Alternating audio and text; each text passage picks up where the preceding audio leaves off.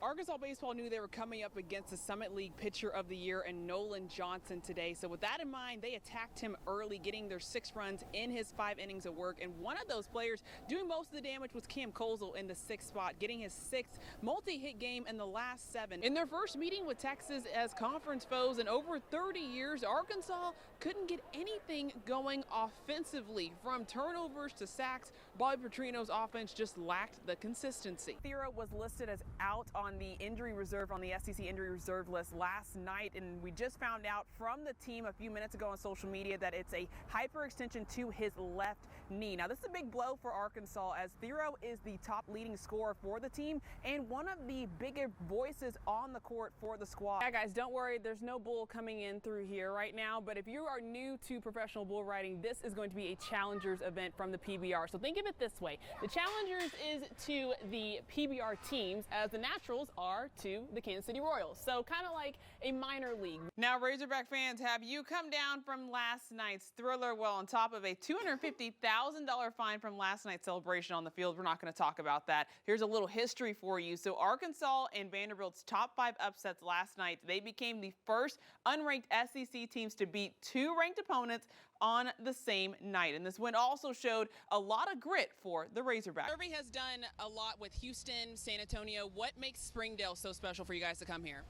Well, one thing, it's a great venue. This game was over 40 years in the making, and it brought the fireworks, but Arkansas came out strong to get a commanding 21-7 lead. But in the end, for head coach Sam Pittman, it all boiled down to poor ball management from the offense that allowed the Cowboys to get back into the game. With love in the air, the number 4 Arkansas baseball team showed their love to their fans with a doubleheader, while also showcasing what they're going to get a chance to see in 2025: the good, the not so good, and the inconsistent bats. Will McIntyre coming back this year, what does that do for your bullpen? I know you guys are trying to stretch him out a little bit last season. The way that Gage Wood was cruising, the run support was going to be needed from this Arkansas offense. And only having 1 runner in scoring position against LSU, they had plenty today for their starter. And a lot of those guys were at the bottom of the lineup. They got on just in time for those guys up top to bring them in. I'm looking for him to continue what he's been doing. In 13 innings of work, he's had 13 punch-outs. So that I need to see on display come tomorrow night, especially against an LSU team that he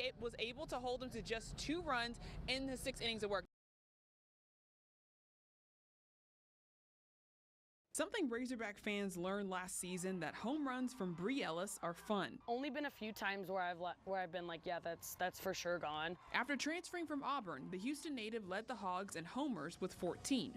And this season, she's picking up right where she left off with 9 through 15 games. She's swinging the ball really well. She's swinging it really confidently.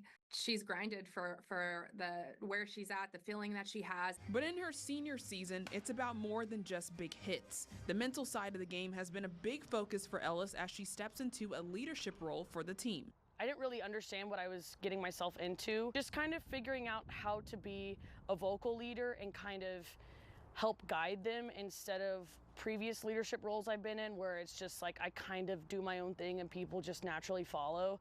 But now it's like, okay, I really need to like be organized and be careful like with what I say, because all the girls are listening to me. However, there's one person that needs to listen to Ellis more than the others: herself.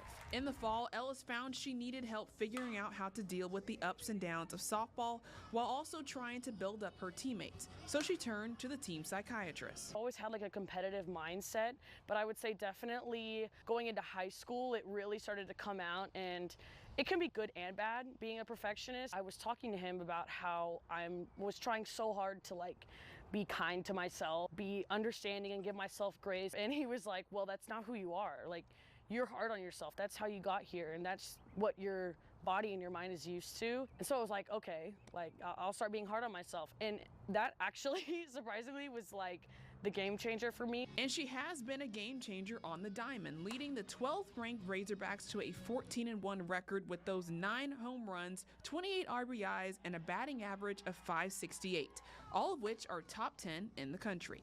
And while it's hard to not think about the big picture with numbers like those, her mindset is still just focusing on one swing at a time. Peace of mind and steady space, having fun with it for my last year. In Fayetteville, Robyn Hearn, 5 News Sports.